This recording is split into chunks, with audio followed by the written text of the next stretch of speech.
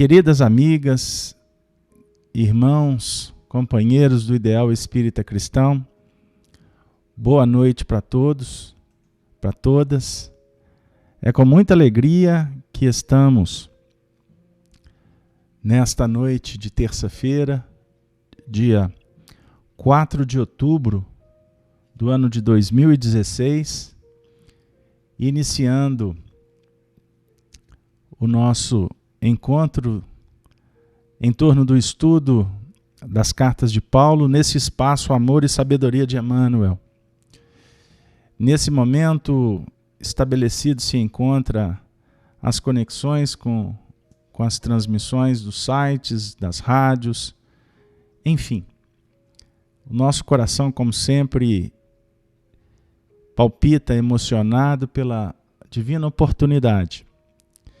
Então, nesse momento, como é de costume nas nossas atividades doutrinárias, nós vamos fazer a oração. Antes disso, Cleusa, me dê só um retorno com relação à imagem e som. Pode digitar aí no site, no chat, por favor. Então vamos lá. Eu convido a todos para fazermos a introspecção, a viagem dentro de nós mesmos, para conversarmos com Deus, para falarmos com o nosso Pai Celestial. E, acima de tudo, ouvi-lo, percebê-lo, sentindo o pulsar da vida. A beleza da oportunidade de estarmos, nesse momento, singrando o mar da evolução. Vamos, então, recordar de Jesus quando esteve entre nós, há 2000 anos, e nos ensinou um mantra transcendente que sintetiza a relação do filho com o pai, na busca que define o crescimento, a evolução, a libertação, para atingir a plenitude. Então vamos recordar do Pai Nosso, dizendo assim: Pai nosso que estais nos céus, santificado seja o vosso nome. Venha a nós, Senhor, o vosso reino. Seja feita a tua vontade, aqui na terra, Senhor, como nos céus.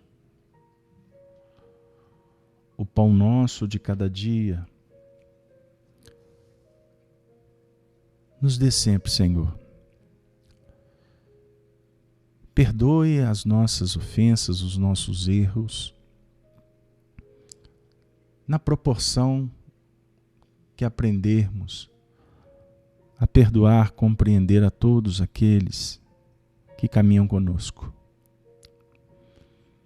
Não nos deixe, Senhor, entregues a nós mesmos. Os erros, o egoísmo, o orgulho, a vaidade. Senhor, livra-nos do mal. Proteja-nos contra as forças inferiores da retaguarda que alimentamos. Senhor, pois o vosso é o poder, o reino e a glória para sempre. Que assim seja, graças a Deus. Graças a Deus a todos. Graças à vida. Graças a esta oportunidade de fazermos amigos. Sob a égide do Evangelho, à luz da doutrina codificada pelo nosso apóstolo Allan Kardec. Que Jesus esteja conosco que nesse momento a espiritualidade possa visitar a todos os lares que aqui se encontram vinculados. Que esses caravaneiros do bem levem a medicação, o fortalecimento, a paz, todos os recursos que possam imantar a nossa ambiência física e espiritual com aqueles eflúvios que dimanam do manancial da providência divina. Que os nossos familiares, amigos, todos aqueles que amamos nesse momento possam receber estas bênçãos. Como também suplicamos por todos os nossos irmãos em humanidade que se encontram passando por provas, por expiações difíceis nos hospitais, nos cárceres, nas ruas, no vale da dor, da sombra. Que nesse momento a luz do Cristo esparja, imante, abençoe, luarize, suavize, console e oriente a todos os corações que estão sob a tutela do seu magnânimo amor. E assim, pedimos a espiritualidade, a falange do Espírito de verdade, os apóstolos, os caravaneiros que operam em nome da divulgação do Evangelho e da doutrina, e ao nosso apóstolo da gentilidade, Paulo de Tarso, que nesse momento todos eles possam favorecer para que esta mensagem atinja a todos os corações que estão em busca desse manancial extraordinário do Evangelho. E assim damos por iniciado o trabalho da noite. Muito obrigado a todos, a vocês que promovem esse encontro, que favorecem para que todos nós estejamos estudando, a audiência, a participação, esses laços que vão se robustecendo, têm uma importância que transcendem até o nosso entendimento. Então, muito obrigado a todos vocês. Hoje nós estamos nos encontrando para estudar as cartas de Paulo. Hoje o encontro é o de número 18º e nós vamos trabalhar aspectos da justiça divina. Então, eu nesse momento, como sempre fazemos, vamos iniciar fazendo a leitura da primeira carta de Paulo aos Romanos, no capítulo 2, primeiro versículo em diante. Eu vou colocar a imagem para aqueles que estão nos acompanhando com vídeo. E aqueles que estão acompanhando pelas rádios, que possam abrir as Escrituras, especificamente nessa carta de Paulo aos Romanos. Vamos lá. Na nossa tradução, João Ferreira de Almeida, Imprensa Bíblica, o capítulo 2 é dado a ele o seguinte título: A impenitência dos judeus, a justiça de Deus. Primeiro versículo. Portanto, és inexcusável quando julgas, ó homem, quem quer que sejas, porque te condenas a ti mesmo naquilo em que julgas a outro. Pois tu, que julgas, fazes o mesmo. E bem sabemos que o juízo de Deus é segundo a verdade, sobre os que tais coisas fazem. E tu, ó homem, que julgas os que fazem tais coisas, cuidas que, fazendo-as tu, escaparás ao juízo de Deus. Ou desprezas tu as riquezas da sua benignidade e paciência e longanimidade, ignorando que a benignidade de Deus te leva ao arrependimento? Mas, segundo a tua dureza e o teu coração impenitente, entesoura ira para ti, no dia da ira e da manifestação do juízo de Deus. Versículo 6 agora.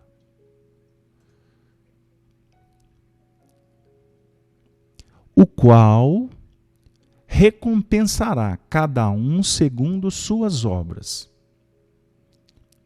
a saber, a vida eterna, aos que, com perseverança em fazer o bem, procuram glória e honra e incorrupção. Mas a indignação e a ira aos que são contenciosos e desobedientes à verdade e obedientes à iniquidade. Tribulação e angústia sobre toda a alma do homem que obra o mal. Primeiramente o judeu, e também do grego.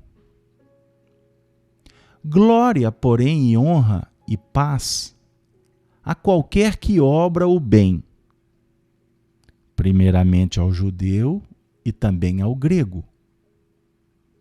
Por quê? Para Deus não há acepção de pessoas. Para Deus não há acepção de pessoas. Por quê? Todos os que sem lei pecaram, sem lei também perecerão. E todos os que sobre a lei pecaram, pela lei serão julgados. Por quê?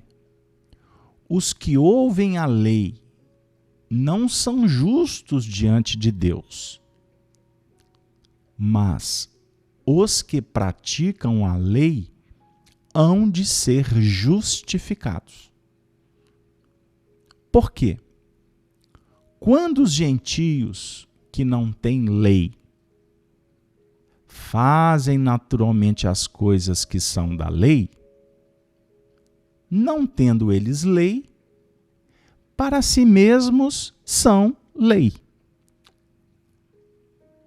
os quais mostram a obra da lei escrita em seus corações, testificando juntamente a sua consciência e os seus pensamentos, quer acusando-os, quer defendendo-os, no dia em que Deus há de julgar os segredos dos homens, por Jesus Cristo, segundo o meu Evangelho. Vamos ficar por aqui. Porque esse segundo capítulo, ele tem um desdobramento a partir do versículo 17, que vai até o 29, que vai tratar da dinâmica, da sequência, do que a gente vai tentar, junto com vocês, desenvolver aqui nesses primeiros movimentos. Vamos lá. A gente sempre faz uma leitura geral e depois a gente vai procurando trabalhar versículo por versículo. Então eu vou voltar no primeiro versículo. Portanto, és inexcusável quando julgas, ó homem, quem quer que sejas, porque te condenas a ti mesmo naquilo em que julgas a outro pois tu que julgas, fazes o mesmo. Vamos lá. Essa carta, ela é de uma beleza, de uma singularidade, de uma profundidade, que sempre que a gente passa por esses ensinamentos, a gente fica extremamente envolvidos com tanta sabedoria. Conforme afirma Emmanuel no livro Paulo e Estevão, as cartas de Paulo às comunidades cristãs são as cartas do próprio Cristo para todo o contexto universal. Então, as cartas que foram endereçadas inicialmente para aqueles cristãos neófitos, no caso aqui, os cristãos que moravam em Roma, receberam-as como notas orientativas, esclarecedoras, para aquele movimento nascente, aonde os neófitos sentiam a necessidade de ter aqueles que efetivamente tinham mais experiência, mais autoridade. O impulso evolutivo da humanidade sempre parte daquelas vozes que descem dos céus para auxiliar no encaminhamento das ovelhas. E estas vozes autorizadas se engrandecem quando se calam, quanto personalidades, permitindo que a voz do pastor por excelência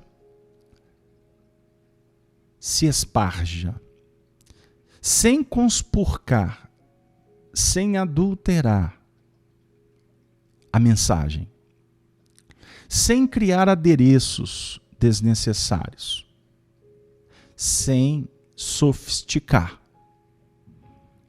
Porque a essência da verdade se apresenta de uma forma poética, simples, amorosa.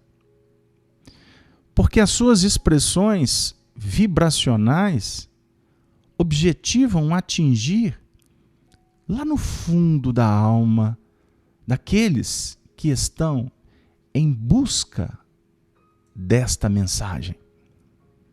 Daqueles que estão dizendo, Senhor, Senhor. E o Senhor responde, vinde a mim todos vós, que estáis cansados e sobrecarregados, porque eu vos aliviarei. Aí vem aquele segundo movimento. Mas tomai sobre vós o meu jugo e aprendei de mim. Citamos o capítulo 11 aqui de Mateus, no versículo 28, porque esse versículo é um dos versículos que nós entendemos na nossa caminhada percepção que apresentam a síntese do movimento da busca, da descoberta e do prosseguimento na desenvoltura do aprendizado. Então, Jesus diz, vinde. A mensagem do amor, ela se expressa desde o primeiro instante da criação. E disse Deus, haja luz. Então, define-se que o amor sempre estará pronto para atender. Por quê? As necessidades são decorrentes da própria manifestação do amor. Nós somos filhos da expressão sacrossanta do amor,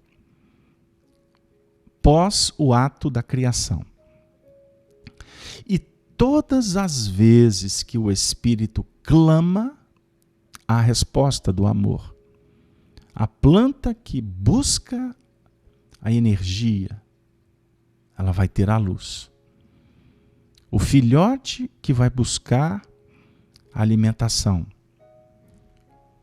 se deparará com a mãe, pronta para oferecer o leite.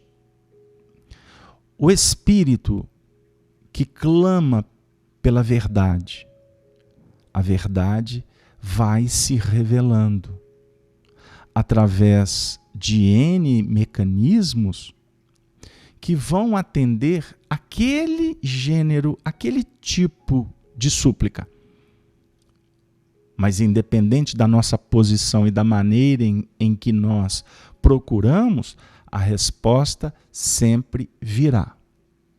Não podemos jamais dizer que estamos órfãos, porque inclusive a promessa é que jamais vos deixarei órfãos, estarei convosco até o fim. Na esteira das reencarnações, nas diversas moradas que vamos habitar, sempre o Senhor estará pronto para nos atender. E nesse movimento de busca, de implementação do que nós vamos encontrando pelo caminho, nós vamos estabelecendo, nós vamos nos desenvolvendo intelectualmente falando, moralmente falando, espiritualmente falando. Aqui o assunto está na dinâmica do homem, da humanidade. Especificamente do discípulo, porque só abre as cartas de Paulo, discípulo. Ou seja, aquele que está interessado em conhecer um pouco mais as lições do Mestre, que é o Cristo. Por isso a dinâmica aqui de Paulo é de nos chamar a atenção para o trabalho da renovação, da transformação espiritual, que o discípulo vai empreendendo. O discípulo vai escolhendo escolas, livros, lições, caminhos. Porque dentro dessa busca, nós precisamos de compreender aqueles valores que realmente favorecem esse momento da procura. Nós estamos hoje num determinado ponto da nossa reencarnação. À luz da doutrina espírita, estamos num estudo numa noite de terça-feira.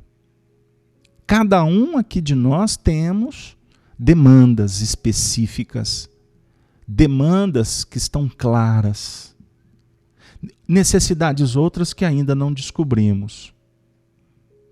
Mas o que vale, principalmente, é que nós já percebemos que nós temos que nos esforçar. Porque nada vai cair do céu.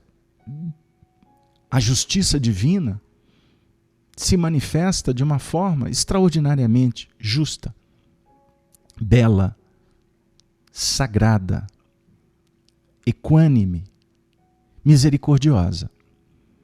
Mas nós já estamos descobrindo que precisamos nos tornar usufrutuários destas expressões sacrossantas, conscientes. Precisamos de entender o valor da descoberta e, acima de tudo, da vivenciação. E a mensagem do Cristo é uma mensagem de amor. É uma mensagem que veio ao mundo pós muitas revelações, depois de muitos profetas.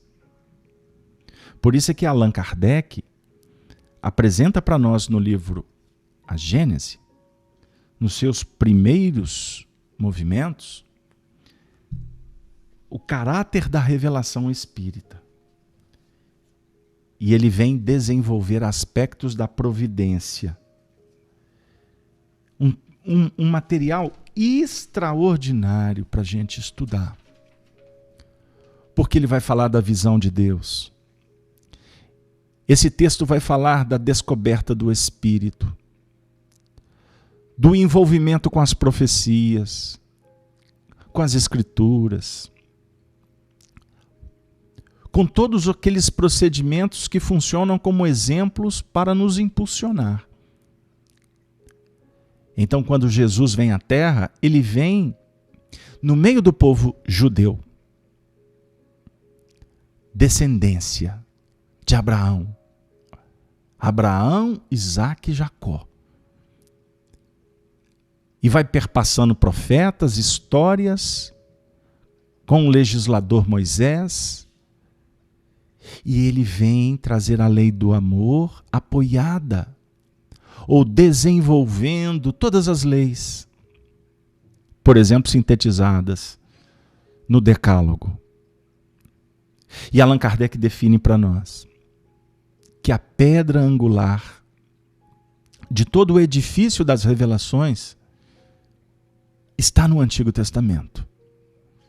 E que Jesus veio nos mostrar a importância da vivência dos preceitos divinos, do amar a Deus, do guardar o sábado, do honrar pai e mãe, nos 3 movimentos positivos e nos 7 outros impeditivos: o não matar, o não julgar. E aí vai na dinâmica. Por que 3 positivos? 3 que, vamos dizer assim, 3 propostas que são abrangentes e 7 outras que são para organizar, para conter, para nos auxiliar no desenvolvimento do senso de justiça. São pontos que nós precisamos de refletir.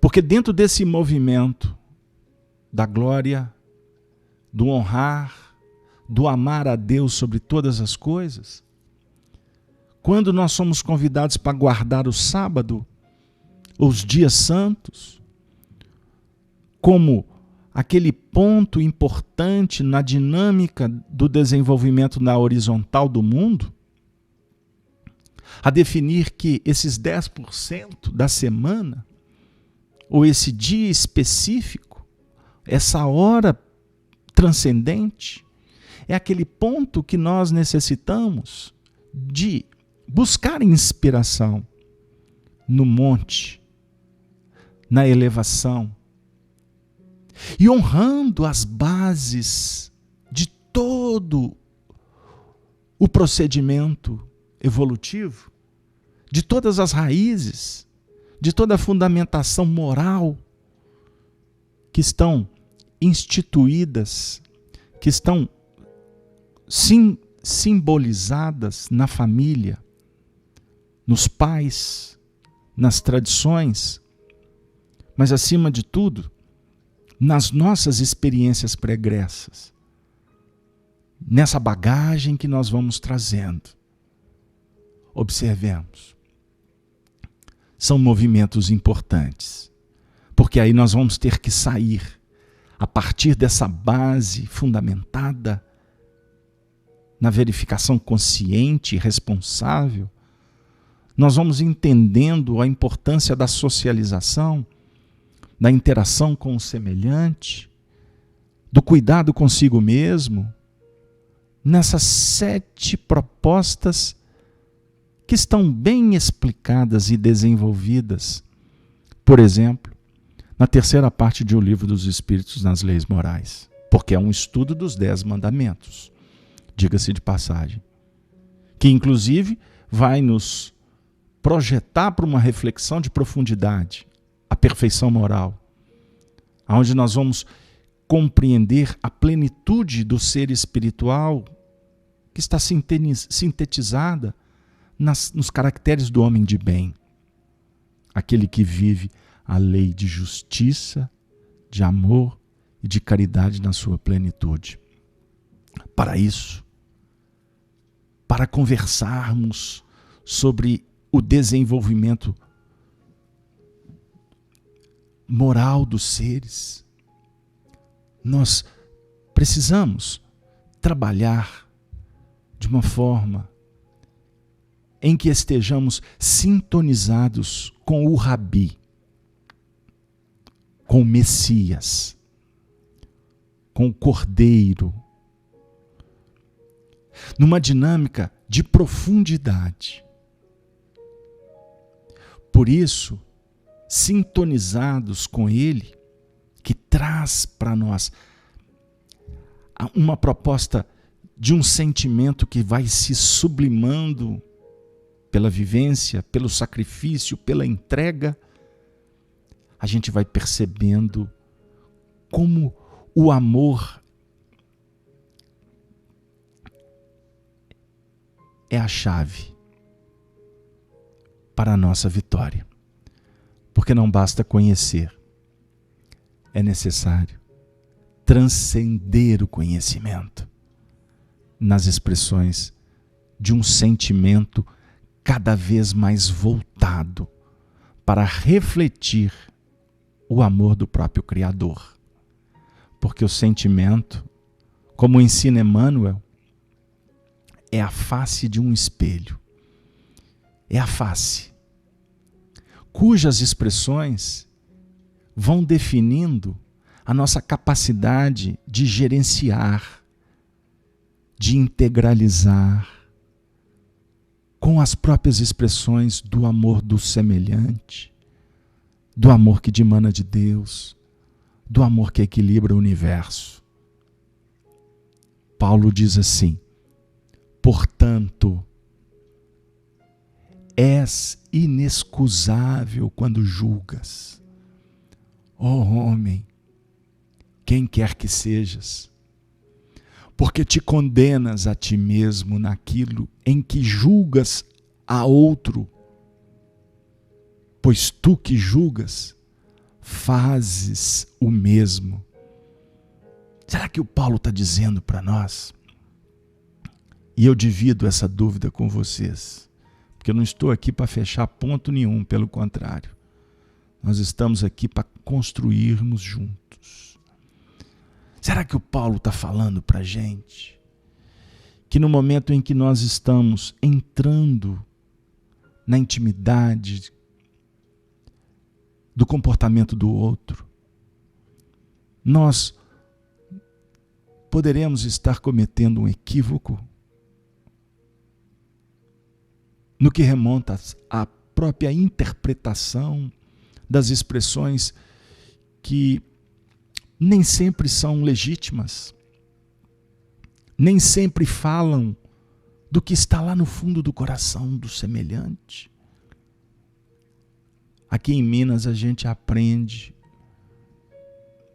um ditado muito interessante que nos ajuda a explicar a nossa ideia.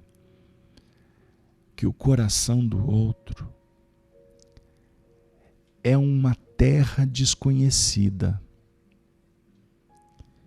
que ninguém tem o direito de pisar.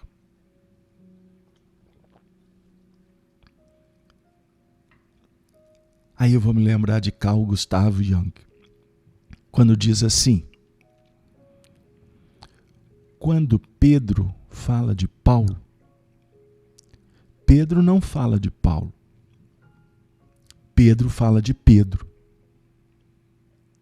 Porque nós, quando comentamos o comportamento do outro, quando nós estamos julgando o semelhante, na realidade nós estamos vendo pontos que refletem a nossa intimidade. Aliás, esse assunto é extraordinariamente desenvolvido por Allan Kardec no Livro dos Espíritos. Uma coisa é avaliar, porque nós temos dentro da nossa intimidade um senso de justiça que está em franco processo de desenvolvimento, de qualificação. Então, nós vivemos num mundo de associação e repercussão. O tempo todo, interagidos com o semelhante, nós estamos, portanto, analisando, nós estamos sentindo, nós estamos trocando.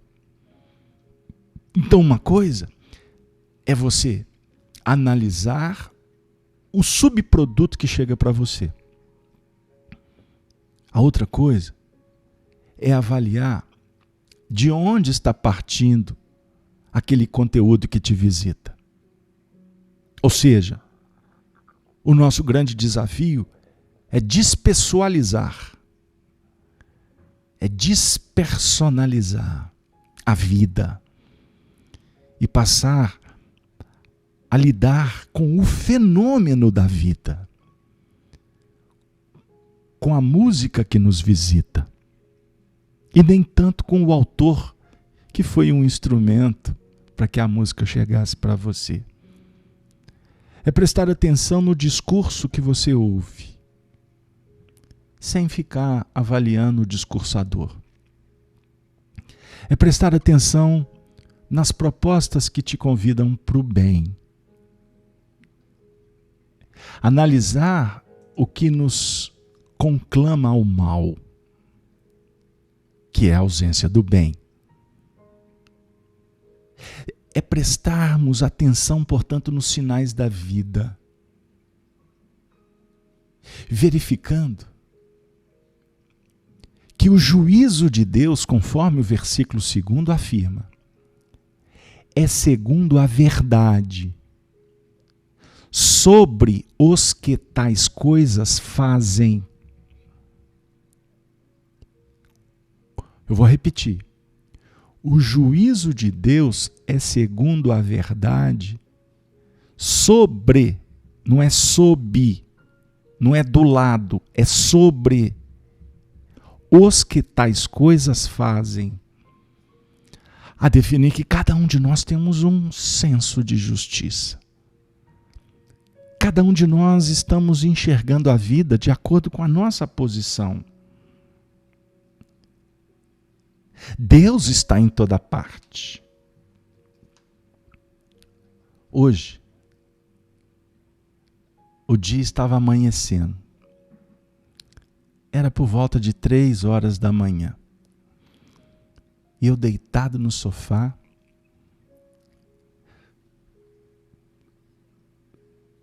reservei um momento de ler um texto.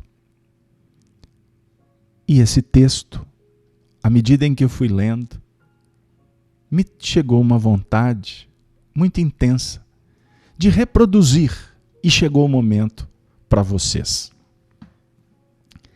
Capítulo 2 do livro A Gênese, de Allan Kardec. Uma das obras mais extraordinárias da literatura universal. Item 31, capítulo 2, a visão de Deus. Se Deus está em toda parte, por que não o vemos? Nós estamos falando da verdade de Deus. Vê-lo-emos quando deixarmos a terra? Tais as perguntas que se formulam todos os dias. A primeira é fácil responder. Por serem limitadas as percepções dos nossos órgãos visuais. Elas os tornam inaptos à visão de certas coisas, mesmo materiais. Alguns fluidos nos fogem totalmente à visão e aos instrumentos de análise. Entretanto, não duvidamos da existência deles. Vemos os efeitos da peste, mas não vemos o fluido que a transporta. Vemos os corpos em movimento sob a influência da força de gravitação, mas não vemos essa força. Os nossos órgãos materiais não podem perceber as coisas de essência espiritual. Unicamente com a visão espiritual é que podemos ver os espíritos e as coisas do mundo imaterial.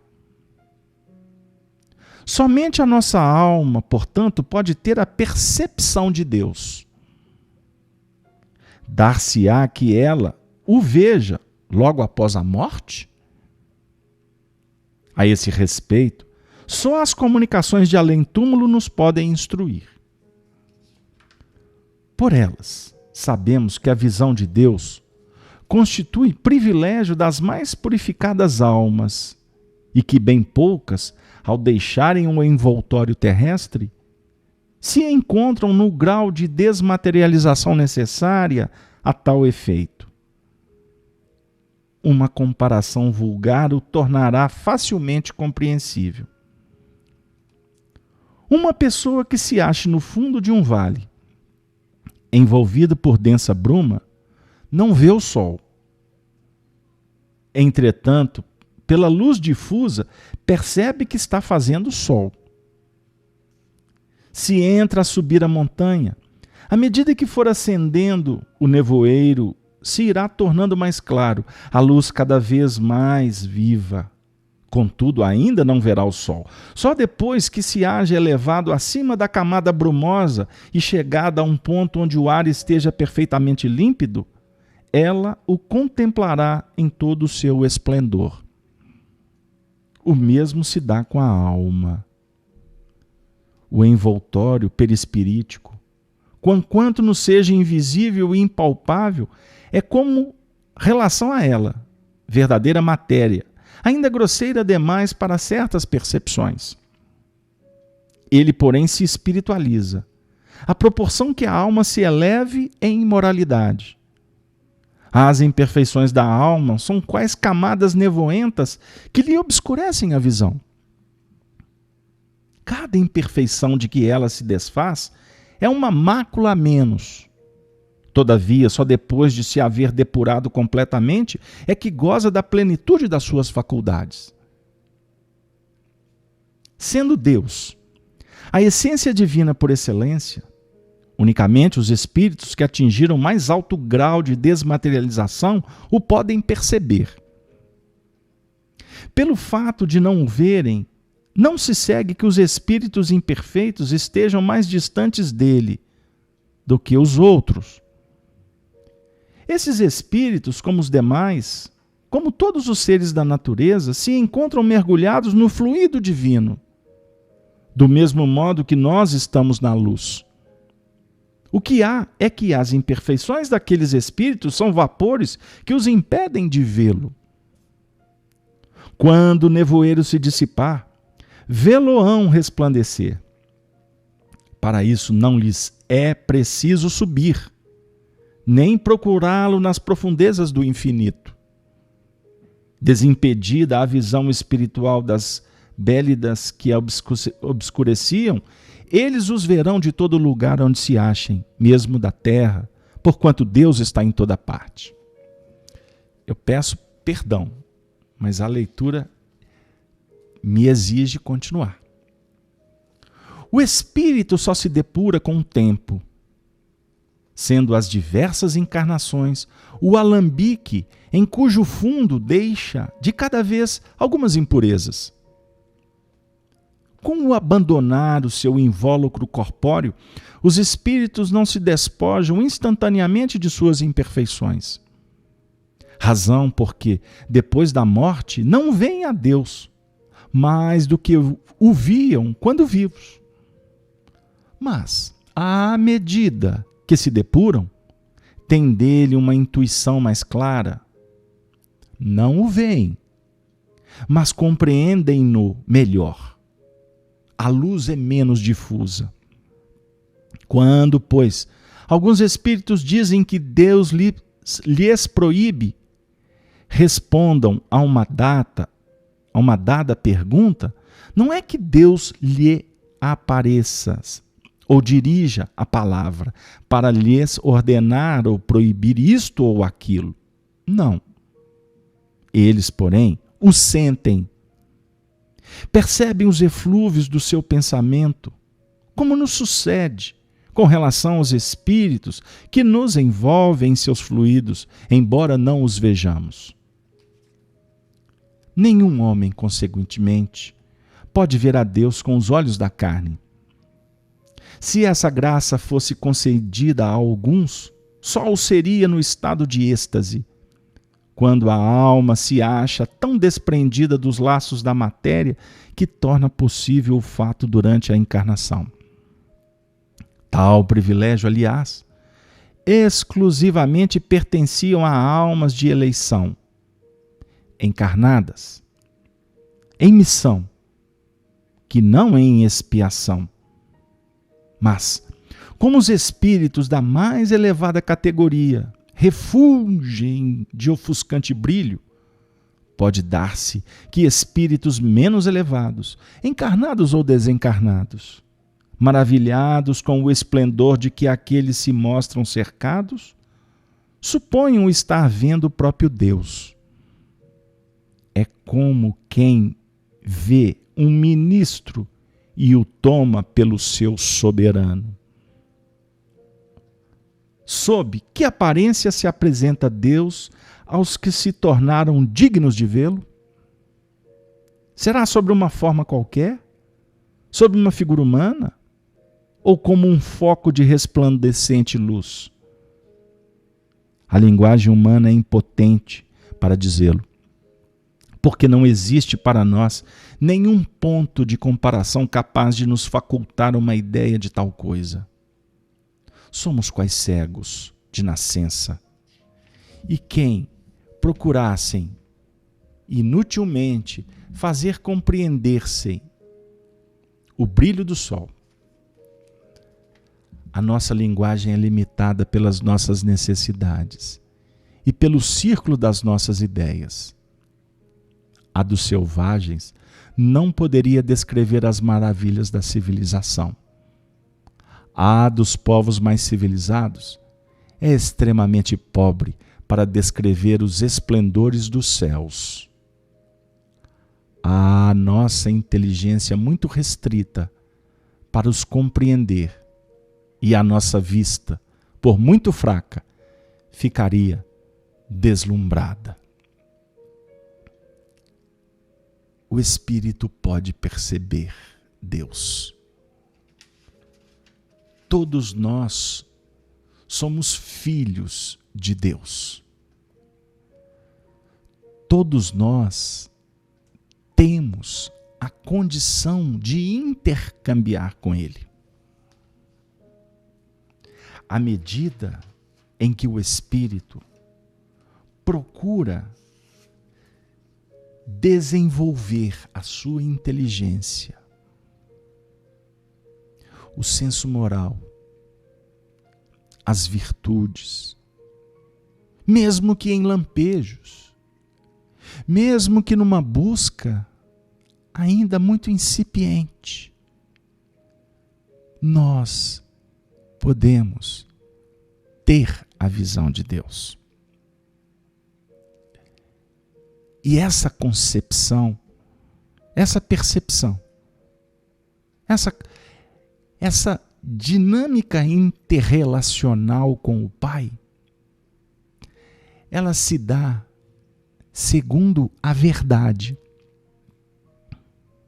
A verdade que vai dar, vamos dizer assim, aquele impulso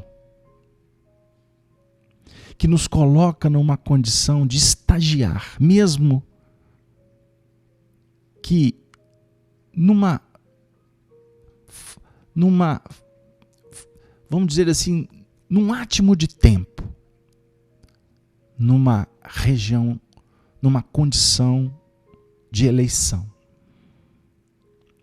E nesse momento, nós vamos como que tendo a oportunidade de ir despertando o nosso ser espiritual. Vamos percebendo essa filiação. Filhos do Altíssimo. É uma expressão muito utilizada pelos estudiosos. Por quê? Nós ainda frequentamos uma zona espiritual em que nos tornamos muito mais filhos do erro do que do Altíssimo. E agora os amigos espirituais me fazem relembrar do diálogo de Jesus com os fariseus. No capítulo 6 de João, 7º, 8º, quando ele se refere aos fariseus,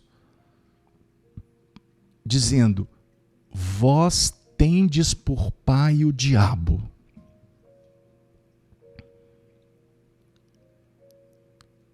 Vós tivestes os profetas e o que fizestes com eles? O diabo, na realidade, buscando lá no grego, lá na língua mater, primeira, nós vamos entender, por exemplo, com a ajuda de Carlos Torres Pastorino, profundo estudioso das letras, que é referencial para muitos no movimento espírita que não o reverenciam, pegam o seu conteúdo e soltam como se fosse deles, mas não tem problema, porque na realidade o Pastorino também só foi instrumento. Estou só me referindo às vaidades. Ele nos ajuda a compreender que o diabo, na realidade, é o opositor. O diabo é o contraditor. O diabo simboliza um impedimento, obstáculo, o que vai na contramão. Então Jesus diz assim: vós tendes por pai o diabo.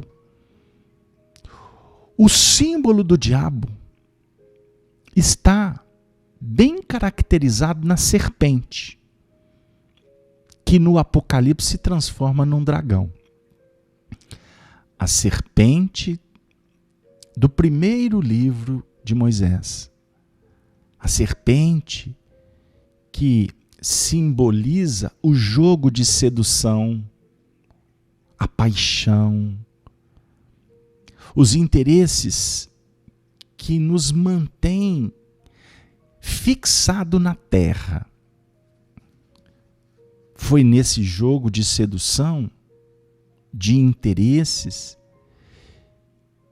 que Eva, que simboliza o sentimento, permitiu-se enovelar-se e se alimentar do fruto que não podia. O fruto da árvore da ciência do bem e do mal.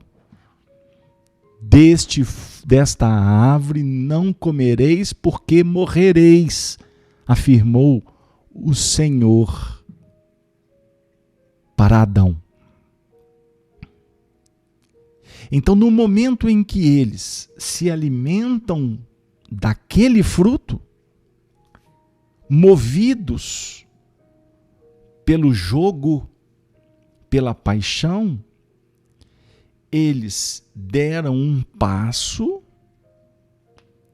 para estarem diante de uma novidade que fez com que eles olhassem para trás e se sentissem envergonhados. Eles mesmos não se sentiram dignos de continuar no paraíso. Eles tiveram que descer. Então Allan Kardec, por exemplo, nos fala da raça adâmica, daqueles povos que vieram para a Terra, porque foram retirados de um contexto evolutivo, daquele orbe, e que nós espíritas continuamos a expulsar um monte de gente agora da Terra para mundos inferiores. Mas não tem problema. Essa emigração e imigração entre os mundos é natural. Allan Kardec nos explica isso com maestria. Mas nós podemos aprofundar o estudo e verificar que o paraíso é um estado de alma e que nós não temos autoridade para permanecer no paraíso, porque temos que operacionalizar na terra. E na terra é que encontraremos todos os elementos que vão nos auxiliar nas descobertas. E o opositor é aquela força que nos vincula ainda aos planos da retaguarda. É o egoísmo, é o orgulho, é a vaidade. Que analisado sobre um ponto de vista evolutivo,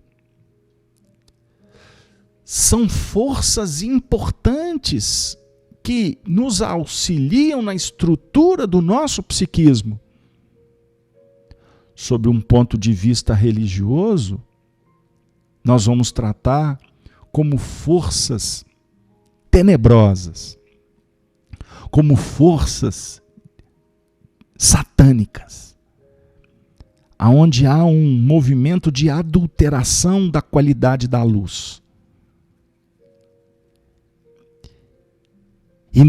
E dentro dessa dualidade, espírito, ou melhor, o bem e o mal, nós vamos fazendo eleições. Quando eu conheço a verdade, e as cartas vão nos colocar nessa reflexão mais adiante, por isso é que eu tenho que ser cuidadoso, porque senão vou antecipar. As cartas vão nos auxiliar a entender a nossa condição de filho do Altíssimo ou filho da escravidão. Porque quem comete o erro, o equívoco, quem adultera os princípios evolutivos desse código divino que está esculpido na nossa consciência, ou na consciência que está despertando, ele se faz filho, ou melhor, ele se faz servo, escravo das próprias escolhas. Quem comete pecado é servo do pecado. E agora eu estou me referindo à continuação desse texto de Jesus. Agora eu estou citando, nós podemos citar aqui o capítulo 8, inclusive no versículo 32. Eu vou buscar aqui. Conhecereis a verdade e a verdade vos libertará. Mas mais adiante, Jesus vai dizer, deixa eu achar aqui rapidinho, só para ficar bem próximo do texto. Capítulo 8 de João, versículo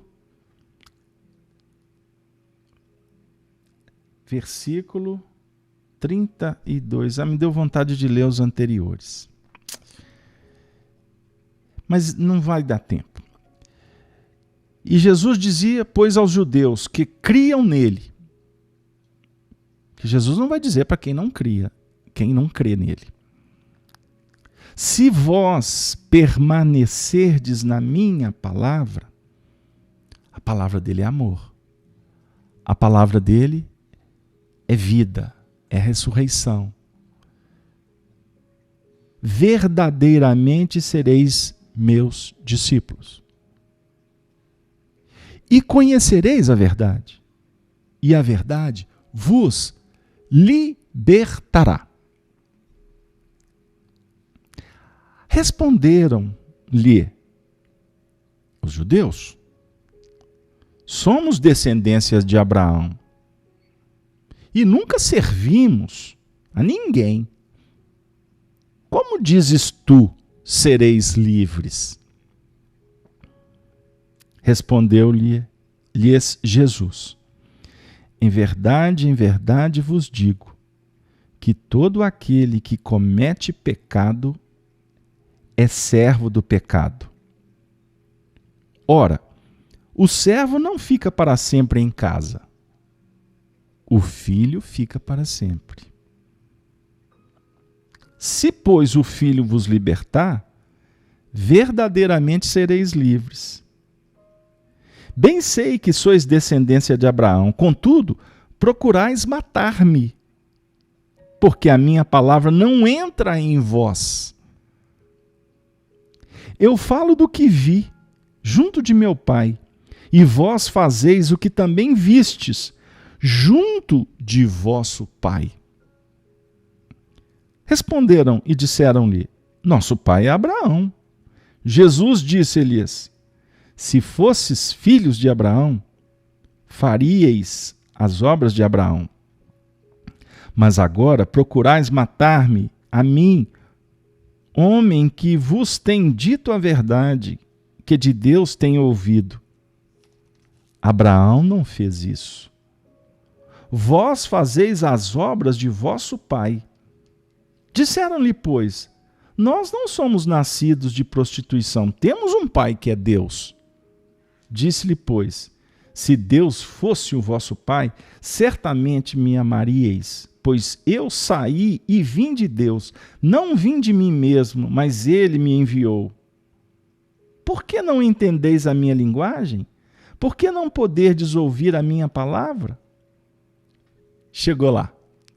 Vós tendes por pai ao diabo, e quereis satisfazer os desejos de vosso pai. Ele foi homicida desde o princípio e não se firmou na verdade, porque não há verdade nele. Quando ele profere mentira, fala do que lhe é próprio, porque é mentiroso e pai da mentira. My God. Vou até respirar fundo aqui.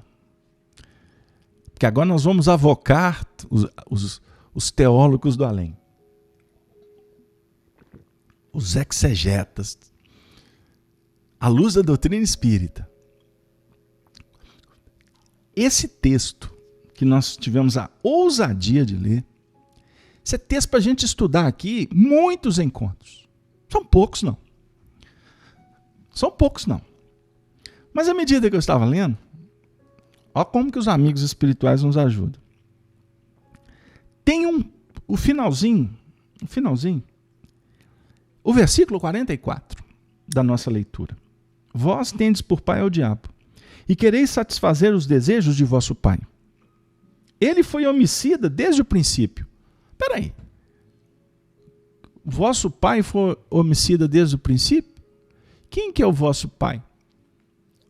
Aí a gente vai lá na árvore. Nós vamos lá na história. Quem foi o homicida? Adão e Eva. Quais eram os filhos de Adão e Eva? Num primeiro momento, 2 filhos. Caim e Abel. Quem matou quem? Caim matou Abel. Em seguida, a história vai se desenvolver. Então, toda essa história tem como pai Caim, que representa, aí nós podemos trabalhar a história, apresentando todo aquele contexto psicológico, todo aquele projeto espiritual que veio de outras esferas, sob a tutela de Jesus, para que estas raças pudessem se desenvolverem sobre o guante, sobre o envolvimento, o amplexo da misericórdia do Pai. Mas, até hoje, grande parte da sociedade terrena, composta de mais de 20 bilhões, partindo do princípio de 7 bi encarnado e aquele contexto no mundo espiritual, grande parte ainda estamos lutando com relação a essa condição de escravos, de servos do pecado. Porque o nosso passado ainda, ele é muito forte de conspurcação. O nosso passado ainda fala muito sobre adulteração. Nós adulteramos. Nós nos tornamos corruptos. Nós deixamos de honrar os mandamentos. Então, isso no contexto geral, histórico, coletivo, obviamente individual. Chegando no mundo atual, pleno século XXI, com a internet, com o advento de uma divulgação doutrinária, de um momento em que a espiritualidade está espalhando os conteúdos imortalistas pelo mundo inteiro. É tão maravilhoso, gente. Inclusive, eu vou fazer uma revelação aqui para vocês hoje. Quando nós terminarmos as cartas de Paulo, se Deus nos abençoar, nós vamos fazer um estudo. Estou afirmando isso aqui, viu, Cleusa? Nós vamos estudar o caráter da revelação espírita. Nós vamos pegar o livro A Gênese e vamos fazer um estudo de todos os princípios doutrinários, de uma forma muito tranquila, sequenciada, para a gente falar bastante de doutrina espírita e como a espiritualidade está espalhando a doutrina espírita no mundo inteiro. Não é para que ela seja uma religião melhor do que as outras, que substitua as outras religiões. Porque a doutrina espírita será a alma de todas as religiões. Tem muita gente acompanhando os nossos estudos que não são espíritas. Amigos muçulmanos, protestantes, evangélicos, católicos, budistas, espiritualistas, etc., etc., ateus, estão acompanhando os estudos conosco. E não se sintam envergonhados em pesquisar. Estudem. Estudem a doutrina espírita, porque vocês vão perceber a maravilhosa religião que vocês abraçam. Porque a doutrina espírita não vai propor que vocês saiam de onde vocês se encontram. Mas vocês vão ter uma visão muito mais ampliada. Porque a doutrina espírita não é doutrina dos homens, é doutrina dos espíritos. O caráter dela é universalista. A proposta é para que a gente entenda que o juízo de Deus, ou seja, a presença de Deus está em toda parte, abraçando todos os corações, promovendo a vida. Agora nós precisamos de nos libertar de tudo aquilo que nos escraviza. Nós temos que abrir mão do nosso passado. Esse passado conspurcado. Esse passado que ainda cheira violência, cheira ódio, cheira intolerância, perseguição, chega ainda comportamentos doentios que nós estamos sendo convidados para nos libertar, mas a gente insiste em não abrir mão. Vamos refletir, porque o convite aqui não é para que a gente saia pelo mundo com a ideia de que para construir um mundo novo, nós vamos ter que consertar as pessoas, julgando as pessoas. O Paulo está dizendo, e tu, ó homem, que julgas os que fazem tais coisas, cuidas que, fazendo-as tu, escaparás do juízo de Deus?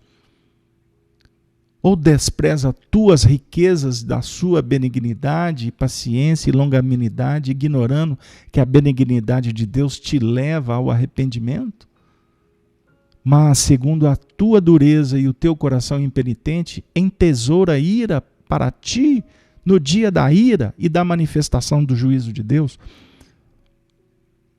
O nosso negócio não é entrar nessas frequências que são tratadas como ira de Deus. Porque na realidade são forças da natureza, que quando nós conspurcamos, quando nós adulteramos, quando nós desviamos, nós estamos infringindo a harmonia da natureza. E a natureza vai nos devolver. Então, se o sofrimento campeia no mundo, o papel do cristão não é aumentar o sofrimento do outro. O convite é para que nós dirimamos, para que nós pulverizemos, para que nós possamos contribuir para que a dor do semelhante seja um pouco menor. Ou quem sabe, para que a dor dele seja analisada com um outro olhar, com compreensão, com mais serenidade, com paz no coração. Queridos amigos, temos muito que falar. Sempre teremos muito que estudar. Mas hoje é dia 4 de outubro. Eu vou me deter aqui até nesse versículo 5. Semana que vem a gente parte do 5º versículo. Hoje é dia 4 de outubro. Ontem foi dia 3 de outubro, aniversário do nosso querido codificador Allan Kardec. Desse apóstolo do bem. Emmanuel, no livro Justiça Divina, no seu prefácio, faz uma reverência a Allan Kardec, ante-Allan Kardec. E tem um comentário dele, o texto é belíssimo. Eu gostaria de ler apenas uma frase. Ele entregando o livro Justiça Divina, que é um livro que ele desenvolveu através da sua alma querida, Chico, o médium. Chico, o médium. Chico, o médium. Extraordinário médium. Cristão na sua legitimidade. Mas ele era um médium. Então nós estamos vivendo um momento de muita confusão. Então cuidado com o que a gente está comprando na banca do mercado. Cuidado. Porque existe uma força-tarefa que está insistindo em descaracterizar o trabalho do médium. Inclusive do seu mentor espiritual, Emmanuel. No dia 20 de março de 1962, ele escreveu assim: entregando, pois, essas páginas, que é um livro que faz um estudo sobre o livro Céu e Inferno de Allan Kardec. Obviamente, pequenos comentários. Entregando, pois, essas páginas aos leitores amigos, não temos a presunção de inovar as diretrizes espíritas, e sim o propósito sincero de reafirmar-lhes os conceitos, para facilitar-nos o entendimento, na certeza de que outros companheiros comparecerão. Ele não fechou, ele está fazendo, a equipe dele fez e outros farão. No serviço interpretativo da palavra libertadora de Allan Kardec, suprimindo-nos as deficiências no trato do assunto com mais amplos recursos em louvor da verdade para a nossa própria edificação. Emmanuel reverenciou Allan Kardec em toda a sua obra. E Chico Xavier o fez, não só em palavras, mas em vida. Todas as entrevistas, todos os depoimentos, todos os colóquios, todos os momentos de conversas francas, de conselhos, conversas amenas, o Chico sempre primou pela nobreza, pela coerência doutrinária, pelo carinho, pelo respeito com o encarnado e com o desencarnado. E eu acho muito estranho o que anda acontecendo por aí. Cuidado com os peixes que vocês estão comprando, porque no mercado tem muito tipo de peixe. Peixes frescos, e tem muita pescaria que pode criar congestão e pode levar até a loucura.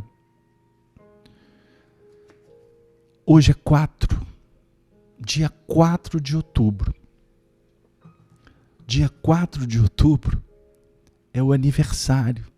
Comemora-se o aniversário de Francisco de Assis. E nós tivemos o desejo de falar um pouco dele. Em alguns minutos, seria uma grande pretensão falar do discípulo amado, o retorno de João Evangelista. E depois se apagou, fazendo parte do Espírito de Verdade, da equipe do Espírito de Verdade que codificou, que auxiliou Allan Kardec. Por isso João Evangelista assina os prolegômenos. Esse Espírito de alta grandeza, esse Espírito que se transformou num médium singular, com uma capacidade perceptiva extraordinária, incomparável, possivelmente na história. Foi ele que recebeu o próprio Apocalipse na ilha de Patmos, numa visão genuína, gloriosa, com o próprio Senhor, Jesus Cristo. Francisco de Assis mergulhou na Idade Média como uma estrela que desce numa noite gelada para auxiliar com uma pleiade de espíritos sob a tutela do Cristo a humanidade para recordar os ensinos da Galileia, num período muito complicado da história da humanidade. Francisco de Assis, é daquelas almas que realmente nos contam sobre a justiça divina, no que remonta os caracteres de um homem de bem, aquele que vive a lei de justiça, de amor e de caridade. Nós podemos fazer ilações. Nós podemos, quem sabe, deduzir sem nenhuma responsabilidade doutrinária. Porque devemos tomar muito cuidado quando fazemos algumas observações que envolvem a doutrina espírita. Interpretar é um direito de todos nós. Agora, afirmar como verdade, cuidado, porque o umbral está cheio de espíritas que assim o fizeram. Nós podemos, quem sabe, afirmar que essa jurisdição da própria Igreja Católica está nas mãos dele. E que não é à toa que o Papa atual, que veio revolucionar os dogmas seculares, milenares, está sob a inspiração dele. Não é à toa que ele se batizou na igreja como Francisco. Então, a gente sabe que os projetos são todos direcionados pelo Senhor. Nós estamos entrando num momento da humanidade que vamos precisar de franciscos, de muitos franciscos, muitos. Tivemos, graças a Deus, uma alma que reencarnou, que se fez médium, cristão, e que foi batizado com o nome de Francisco. Nós estamos falando de Chico Xavier. Mas nós tivemos um Francisco também na personalidade da Teresa de Calcutá. Nós tivemos franciscos no anonimato, nas favelas. Nós tivemos Francisco no meio dos escravos. Nós tivemos Francisco em muitos momentos da história. Nós estamos sendo convidados à luz da doutrina espírita, portanto, para formar uma nova escola de Gúbio. Quem sabe, simbolicamente, reconstruímos a igreja de São Remídio, na Porciúncula do século XXI em diante, desse terceiro milênio. eu me recordei que tive a inspiração de encerrar o livro que escrevi com Arnaldo Rocha, Chico, Diálogos e Recordações, aonde tecemos uma diminuta, singela reverência a Francisco de Assis, no último capítulo do livro. E hoje cedo, nós nos recordamos que na obra nós citamos um livro do autor Inácio Larrana, intitulado Francisco de Assis. Francisco de Assis. O irmão de Assis é o título. Esse livro, Edições Paulinas, é um livro extraordinário, de uma sensibilidade ímpar. Eu sou um admirador desse autor. E, na época, Arnaldo Rocha nos contou que o cardeal que facilitou para que Francisco de Assis tivesse uma entrevista com Inocêncio III foi o cardeal que tinha o nome de batismo católico, João de São Paulo. João de São Paulo, olha que interessante.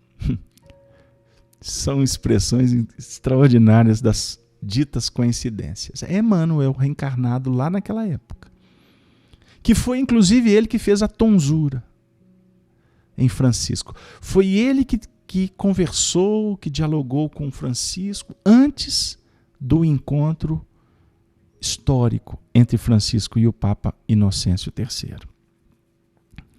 Nessa obra tem um trecho maravilhoso que o autor, inspiradamente, descreve um momento em que Francisco, ainda jovem, com seus conflitos e nos embates com seu pai, Francisco de Assis dialoga com sua mãe, Dona Pica. Essa história é belíssima. E ela estava num momento assim singular, porque ele estava algemado. E ela, a mãe, vendo o filho naquela condição, percebendo a pureza da alma da alma do filho, o exagero do pai, ela se vê diante de um momento único, um momento de muita sensibilidade. E quando nós fomos guiados pela espiritualidade para acessar esse livro, no momento em que Arnaldo me contou a história, eu fiquei extremamente envolvido, porque eu não sabia se o meu êxtase tinha mais a ver com a Dona Pica, a mãe de Francisco, ou com aquela própria condição de libertação dele das peias do passado, das peias do mundo, aliás, para que ele pudesse deixar esse legado de espiritualidade para toda a humanidade. Falar de Francisco de Assis é algo de sublime. Então, eu gostaria de ter a oportunidade, se vocês me concederem 7 minutinhos, eu vou ler um trecho de um apanhado que eu fiz dessa obra e que eu coloquei na época como último capítulo de meu livro Chico, Diálogos e Recordações. Foi exatamente a última bênção de mãe de Dona Pica para ele, Francisco, seu filho. Por favor, eu peço a licença. É difícil imaginar uma situação humana tão desconfortável como a do filho e de sua mãe nesse momento. Os dois estavam entre a espada e a parede. Por um lado, Dona Pica estava de acordo com Francisco, em sua intuição feminina e com sua maneira de mãe nobre. Simpatizava no fundo com a posição do rapaz e até se sentia feliz, porque o filho tinha consagrado a vida a Deus e aos pobres. Mas não podia aprovar a maneira como seu filho estava levando adiante essa consagração, abandonando a casa e vivendo como um esfarrapado. Por outro lado, como esposa fiel, Dona Pica estava ao lado do marido e sofria infinitamente pela amargura de Pedro, Bernardone, desejando com ardor uma reconciliação efetiva e afetiva entre pai e filho.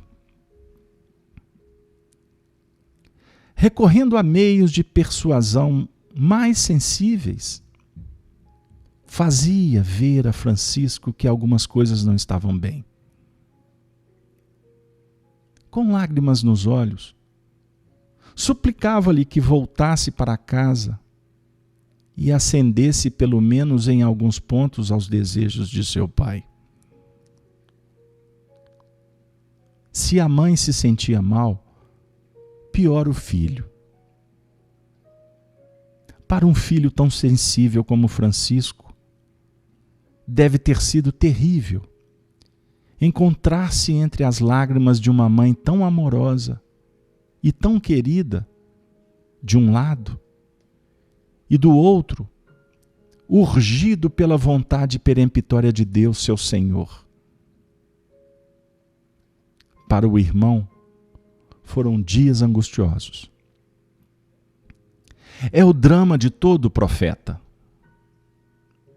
Homens de emotividade forte, arrepelados pela voz de Deus, veem-se obrigados a saltar fortes ataduras,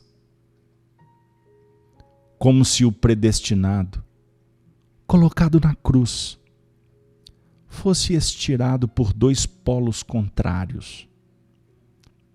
A quem obedecer? Que terá acontecido no porão daquela casa, entre mãe e filho? Partindo do desenlace, podemos imaginar a cena. A mãe suplicava com carinho. O filho recusava com carinho. A mãe insistia com lágrimas. O filho resistia com os olhos brilhando. A mãe começou a perder a força das palavras. O filho, sempre com doçura, foi crescendo na inspiração. Foi um combate único na história humana. Pouco a pouco, a senhora foi ficando indefesa e sem palavras. Suas lâmpadas foram se apagando e soltou ao ar todas as suas grinaldas.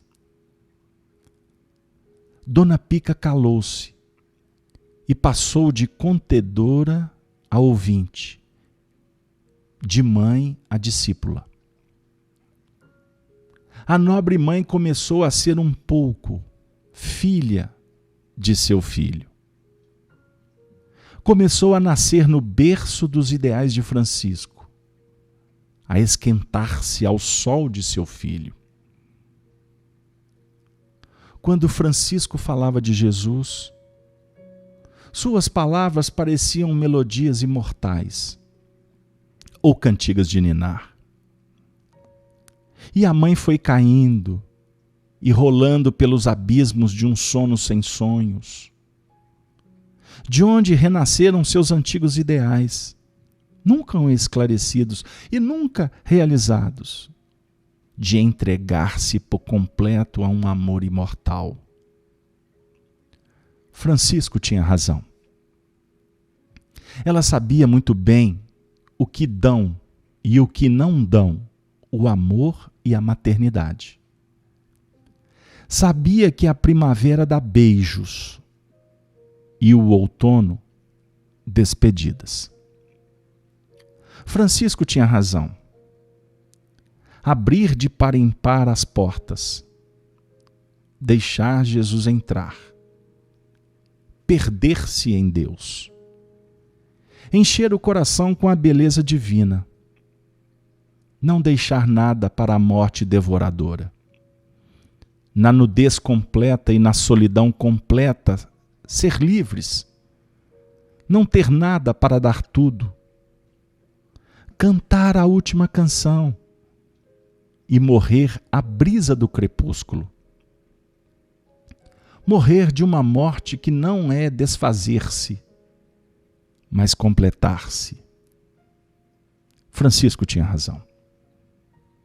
Voltar pelo atalho vespertino e repartir amor entre todos os esfomeados.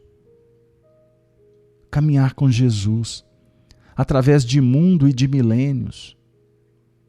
Como o mistério infinito gravado na fronte e distribuindo a paz na voz, nos olhos. Nascer outra vez com Jesus. Voltar. Francisco tinha razão. Na manhã seguinte, a nobre mãe procurou por toda a casa as ferramentas adequadas e desceu as escadas do porão. Sem dizer uma palavra, abriu o cadeado do calabouço. Depois quebrou o cepo, que prendia os pés de Francisco e soltou as algemas de suas mãos. Ela sabia muito bem que estava atraindo sobre sua cabeça as iras do iracundo mercador. Mas também já não se importava com mais nada. Também ela estava contagiada pela gloriosa liberdade de Francisco. Quando se viu livre, sem dizer nada, profundamente emocionado, o rapaz ajoelhou-se aos pés da sua mãe, como quem quer receber uma bênção. Dona Pica lhe disse: pássaro de Deus, voa pelo mundo e canta. Depois colocou as mãos sobre a cabeça do filho e acrescentou: filho de minha alma, que as asas de Deus te cubram e te protejam como estas mãos. Leva o meu sangue e a minha sombra até o fim do mundo.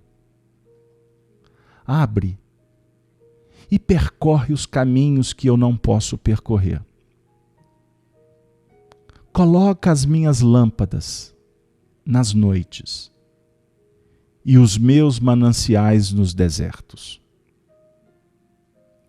Recolhe as dores do mundo e esparge a esperança em toda parte. Que a tua morte seja uma festa e a tua vida um parto. Que te acalentem os ventos e te deem sombra as montanhas. Cobre a terra de piedade e transforma as urnas em berços. Eu te amo, sangue de meu sangue e filho de meu espírito. Quando tua carne nua e transitória receber o beijo da irmã não amada, eu estarei te esperando em pé, embaixo do grande arco da aurora, para sempre.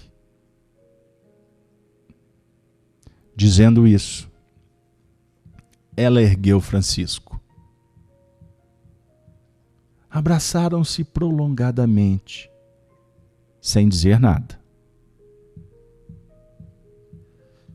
Subiram em silêncio as escadas do porão.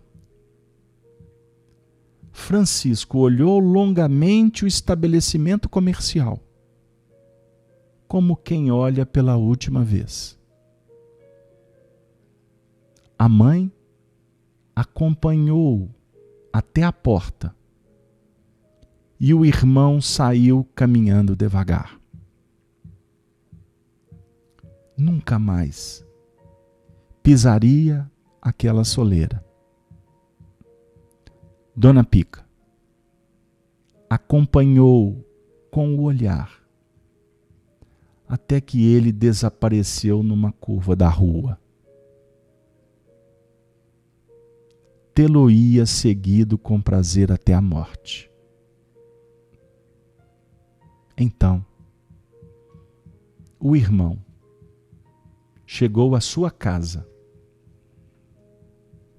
a casa de São Damião, a casa da Santa Humanidade, percorrendo sempre o território sagrado do sacrifício, sem jamais olvidar o seu compromisso amoroso de seguir as pegadas do nosso Senhor Jesus Cristo. Voa, pássaro de Deus, voa, voa sempre, e que nós possamos sempre nos recordar da importância de compreendermos a nossa condição de filhos de Deus, que temos um mundo íntimo para conquistar. Para isso, possamos, em oração, empreendermos o voo soberano, com as asas fortalecidas da razão e do sentimento,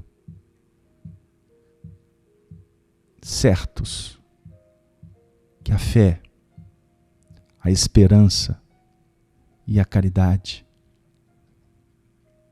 devem estar unidas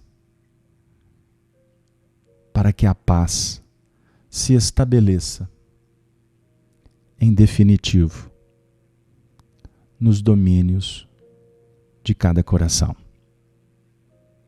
Abraço fraternalmente a todos vocês. Que possamos ter uma noite pródiga de bênçãos. E que no amanhã o Senhor da vida nos convide novamente para estudar, para nos capacitar, para que possamos servir cada vez melhor. Na saudação dos cristãos dos primeiros tempos, nós nos despedimos, repetindo: Ave, Ave, Ave Cristo. Valeu. Um beijo que ecoa pelas montanhas das Minas Gerais. Muito obrigado a todos. Que assim seja.